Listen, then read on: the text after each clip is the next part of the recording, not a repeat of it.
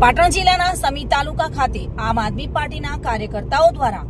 Bike રેલીનું આયોજન કરાયું હતું। બોટાદના હળવદ ખાતે ખેડૂતો સંમેલનમાં તે વિસ્તારના બે ખેડૂત ભાઈઓની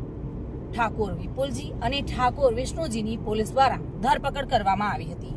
2 મહિના બાદ જેલ ભોગવીને બહાર આવતા તેના અનુસંધાને આમ આદમી પાર્ટી દ્વારા સમી વિસ્તારમાં બાઇક રેલીનું આયોજન કરાયું હતું। આ બાઇક રેલી સમી એકતા હોટલથી લઈને મામલતદાર કચેરી, એસટી બસ સ્ટેન્ડ તેમજ જાહેર માર્ગ થઈને દૂધખા ખાતે બાઇક રેલી પહોંચી હતી અને આ પ્રસંગે સમી શહેર પ્રમુખ અમીર દિવાન, સમી તાલુકાના પ્રમુખ અનિલસિંહ રાઠોડ, ભીખાભાઈ સિંઘવ તેમજ આમ આદમી પાર્ટીના હોદ્દેદારો અને કાર્યકર્તાઓ દ્વારા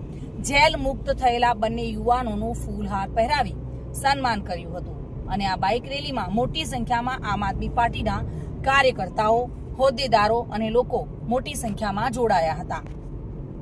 હું આમ આદમી પાર્ટી સમી શહેર પ્રમુખ અમીર કે દિવાન આજે જે બાઇક રેલીનું આયોજન કર્યું હતું, જે બોટાદના હળદર ગામે જે ખેડૂતો સાથે અન્યાય થયેલો પોલીસે લાઠીચાર્જ કરેલ તે બદલ જ્યારે 2 મહિનાથી અમારા જ વિસ્તારના વિપુલજી ઠાકોર અને વિષ્ણુજી ઠાકોર જે 2 મહિનાથી જેલની અંદર કેદ હતા, જે એઓને ન્યાય મળેલ અને તે લોકો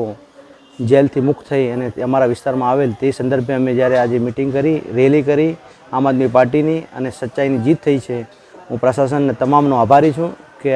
આજે જે અમારા ખેડૂતો માટે લડતા ખેડૂત આગેવાનો તમામ